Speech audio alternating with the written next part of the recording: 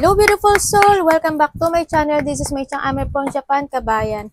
Aries, this reading is for you. Tao na nakakonect kay Aries. Hindi ko na ipapaliwanag dahil palagi naman natin itong ginagawa. Maraming salamat muna sa aking subscriber, new subscriber, cross watcher, sa mga bagong pasok dyan. Welcome na welcome kayo sa bahay ni Ate Aimee. Maraming salamat din sa mga nagpa-personal reading. Kung gusto na energy nyo lang talaga ang gusto mga content, all the details po is nasa baba po ng video na ito. This is a general reading, Kabayan Aries. Kunin mo lang ang sayo at itapon ang hindi sayo. Maaring vice versa, maaring nangyari or mangyayari pala. Use your intuition. Pag di nag-fit, huwag ipilit. Tao na nakakonect kay Aries, tandaan nyo kung sino ang iyong connection. Hindi lang karelasyon, asawa, boyfriend, girlfriend, nanay, kapatid, kaibigan, anak, okay? Tao na nakakonect kay Aries. Please show me. Anong nararamdaman mo? Maaring vice versa tayo, ha?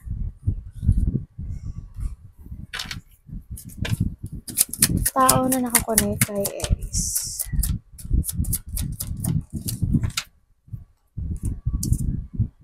Ay, okay.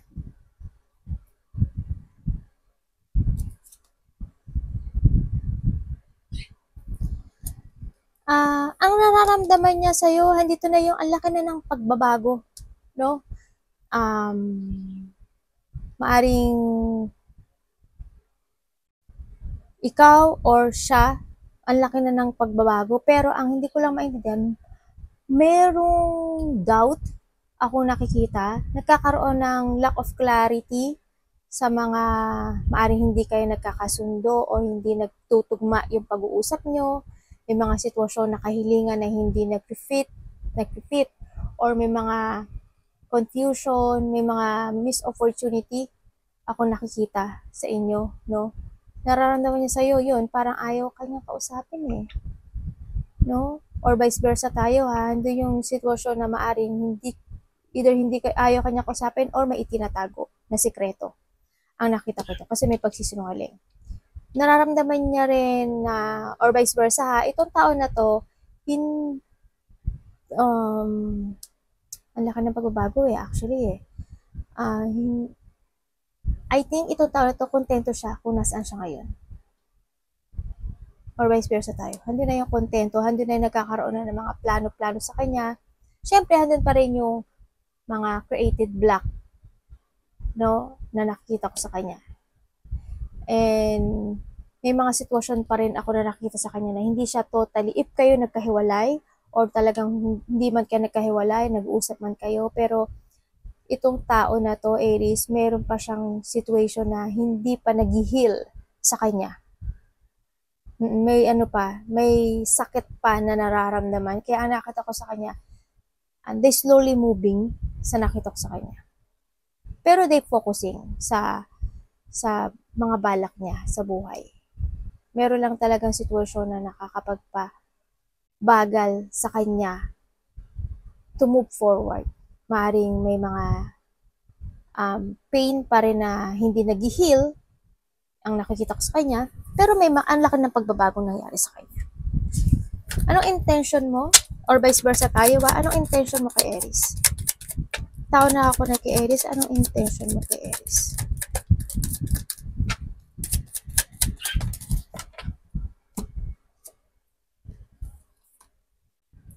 Bakit? Isa sa inyo, masikreto yan, no? Malihim.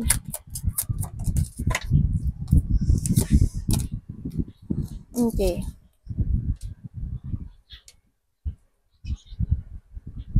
Intention niya sa'yo, naging mahalaga ka sa buhay niya. Naging mahalaga ka. Sobra. Kaso, handun nga lang na nagkaroon siya ng false impression na inakala niya kasi na ikaw yung tao na totally makapagbibigay ng totoong halaga sa kanya or makapagbibigay ng parang forever na kayong magiging magkasama. Yung success in life, nakasama mo siya forever. Pero nakikita ko kasi dito, yun nga, sinasabi niya na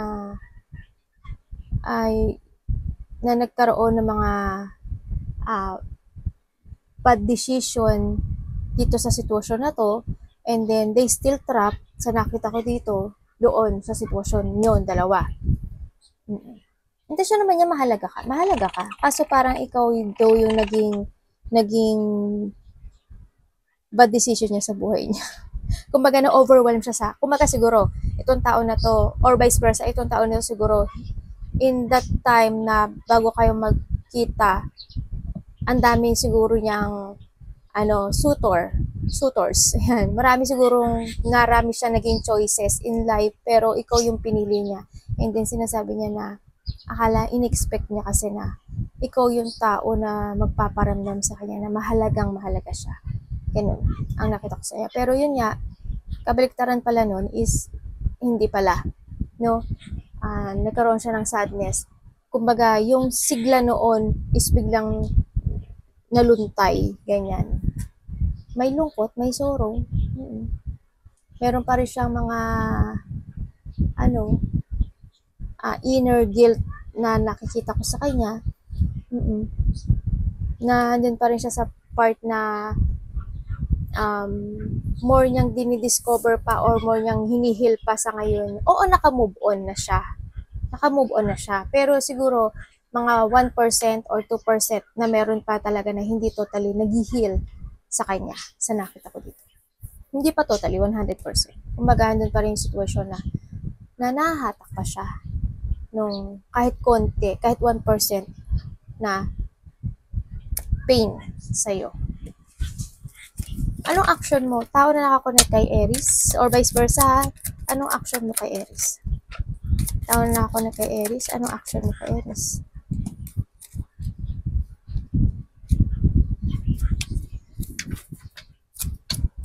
Anong action mo? Bakit? Thank you.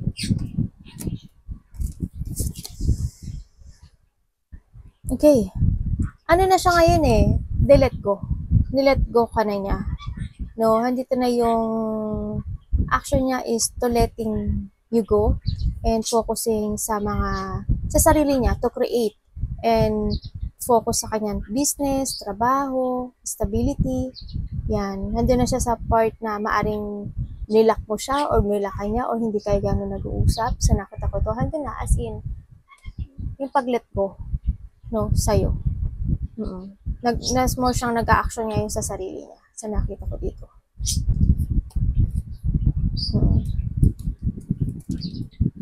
Inalis na niya yung frustrations in life na kasi nung time na sobra siya na-frustrate, sobra siyang nag-focus sa pain eh. Sobra siyang para siyang bulaklak na nalanta or isa siyang matatag noon na biglang naluntutay, ganyan. Pero ngayon, mas pinili na niya ngayon na mag-umpisa sa sarili niya at mag-focus dun sa niya. Yun ang action niya. Action niya is to letting you go. And focus to sa sarili niya. Aries, anong nararamdaman? O vice versa to ba? Anong nararamdaman mo sa tao na to? Anong nararamdaman mo sa tao na to, Aries? Thank you.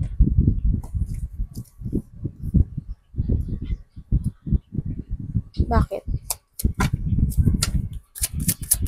Nag-away kayo nito? Hindi kayo nagkasundo, ano?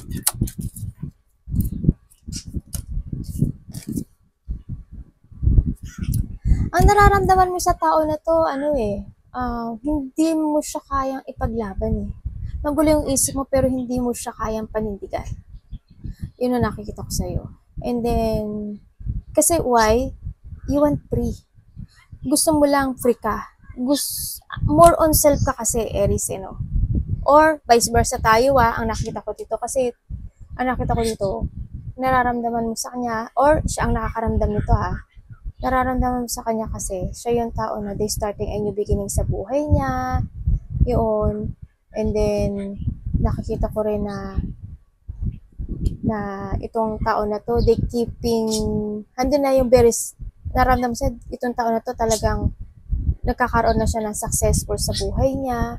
Ganyan. Nandun siya sa situation niya na mas nagpo-focus nga siya sa mga goals niya. Ganyan. Sa success niya, sa stability niya. And nararamdaman mo rin sa kanya, syempre, you want to support this person, ang nakikita ko sa'yo, and you want to start a new beginning sa kanya, pero naguguluhan ka kasi why hindi mo siya kayang panindigan hanggang sa huli. Or vice versa tayo.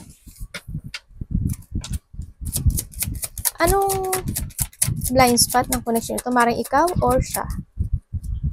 Blind spot ng connection ito to show.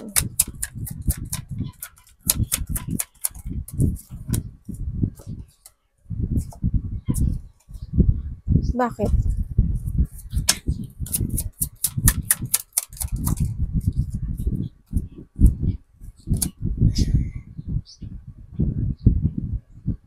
Oh.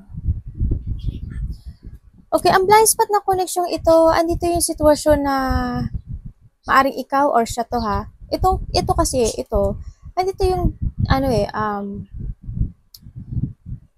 mahalaga ka, pero hindi niya kayang ibigay yung totally love na para sa'yo. May pagsisinungaling dito sa sitwasyon na to. May pagsisinungaling at saka ang nakikita ko rin dito, mas importante dito ang isa. May pag may pag distance, may distance actually.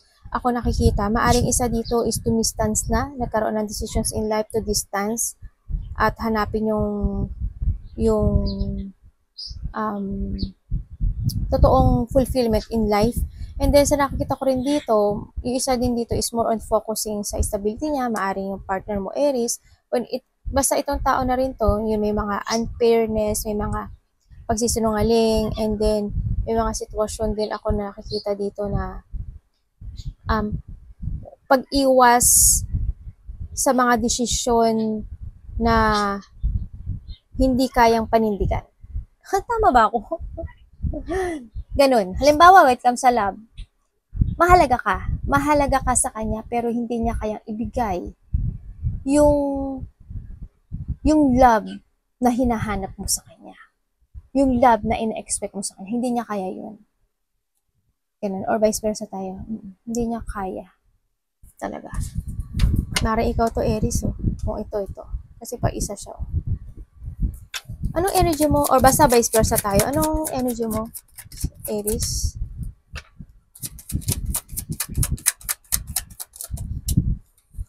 Anong energy mo, Aries?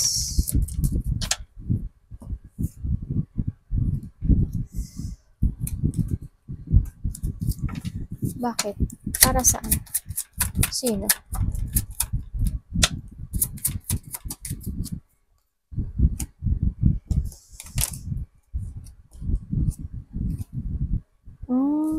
Okay.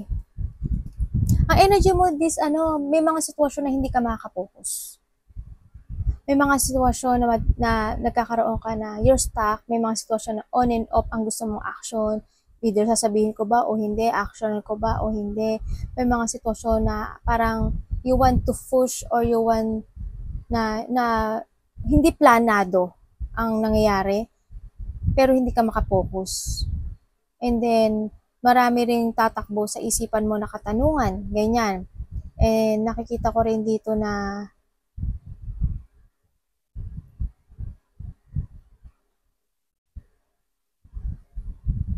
may mga sitwasyon na hindi ka daw mapapakali. May mga sitwasyon na may pag-uusapan na related ang money.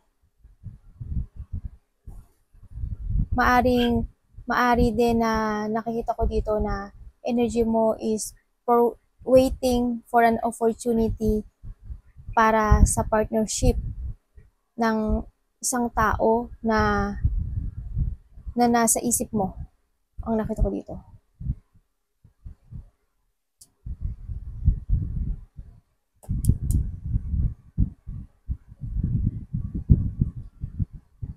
I don't know why, pero parang may mga sitwasyon ako nakikita dito na may mga pagpupush ng mga kagustuhan. Yan ang nakikita ko dito sa energy mo. May mga sitwasyon na mangyayaring ganun. Siguro you want to push yung mga gusto mong sabihin, gusto mong gawin, gusto mong mangyari, ganyan. Pero, Ang nakikita ko dito,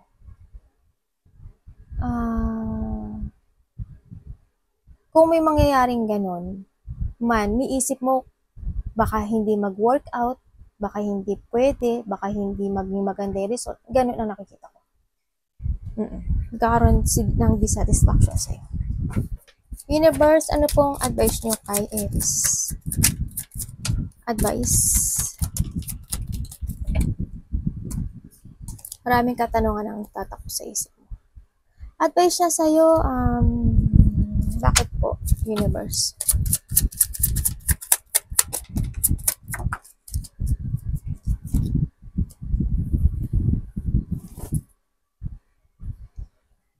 Advice niya sa'yo is, yun nga, mas more mag-give effort ka at huwag kang matakot sa mga gusto mong gawin sa buhay mo. And kailangan mo daw ng action and focus. Kailangan mo daw magkaroon ng layunin sa buhay mo or objective nga. Ganyan. Pag-aralan mo daw yung mga dapat mong sabihin, pag-aralan mo yung mga sitwasyon, at pag-aralan mo ano ba yung focus mo, ano ba yung gusto mo mangyari, sa nakita ko dito. And then,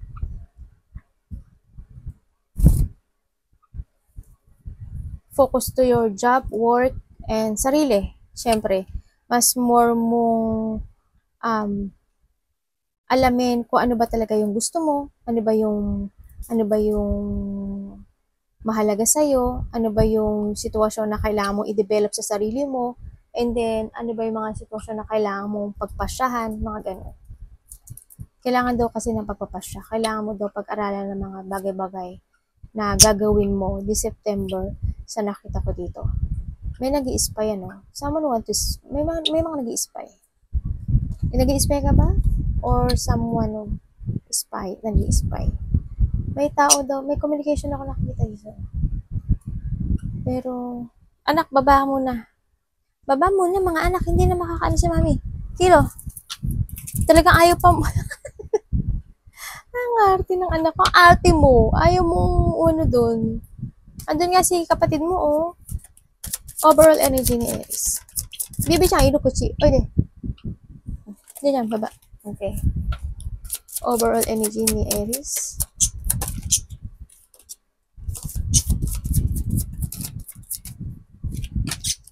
Overall energy ni Aries po siya.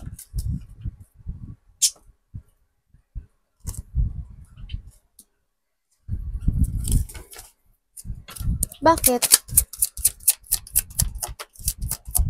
Thank you.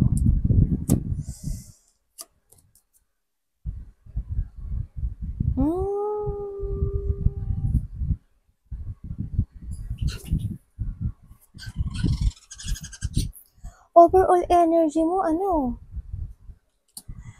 Is more on patient, more on calming, and then yun nga, may mga situation or may mga ika-clarity ka sa buhay mo this month, ganyan. May mga desisyonan ka at you have a rules. May mga rules ako nakikita na pinapatakbo mo.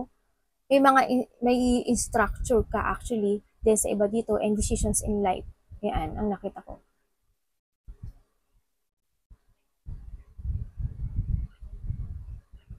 May mga situation na ano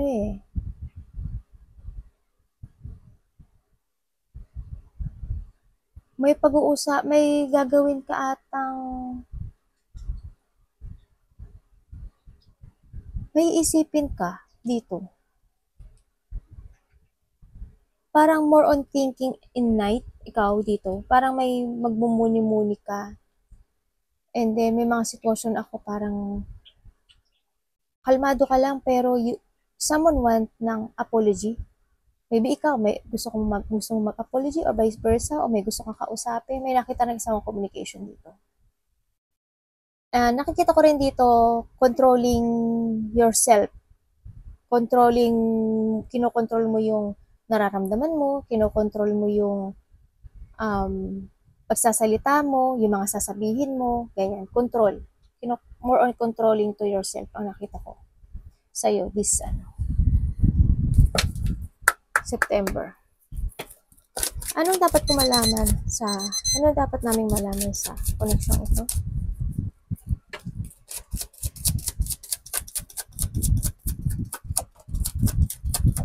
Thank you. Okay, we have the fire sign. Maaring ikaw is dealing with an Aries, Leo, and Sagittarius. Kung ano pa man yan. We have the vacation. Maaring may mga gagawing activity, travel, or you want a vacation, or nag-iisip ka na gusto mong ma-relax, mag-rest, or mag-recharge, something ganyan ang nakikita ko, no? Message po kay Aries.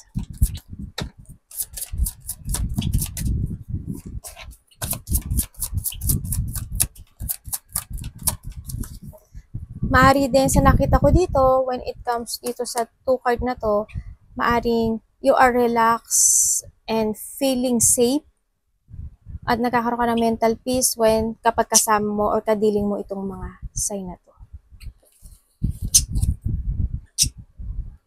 Rekindle, kung ano man ang basa dyan, kayo na bahala. Every relationship has a magical moment that can't be rekindled. Kung ano man basa yan. Respect. Respect your relationship. The more talaga is respect your relationship talaga. Message? Any message? Nakaloka yung mga anak ko. Nakakatuwa sila. Yan ang aking happiness in life. Any message? I bury myself in work to forget you. Oh, ikaw ba to, Aries? Or yung partner mo? I will wait for a sign from you. Okay. Kaya pala, ano ka, ito, kinokontrol mo yung sarili mo or vice versa tayo, no? Kasi ito yun. Arigato namaste, God bless.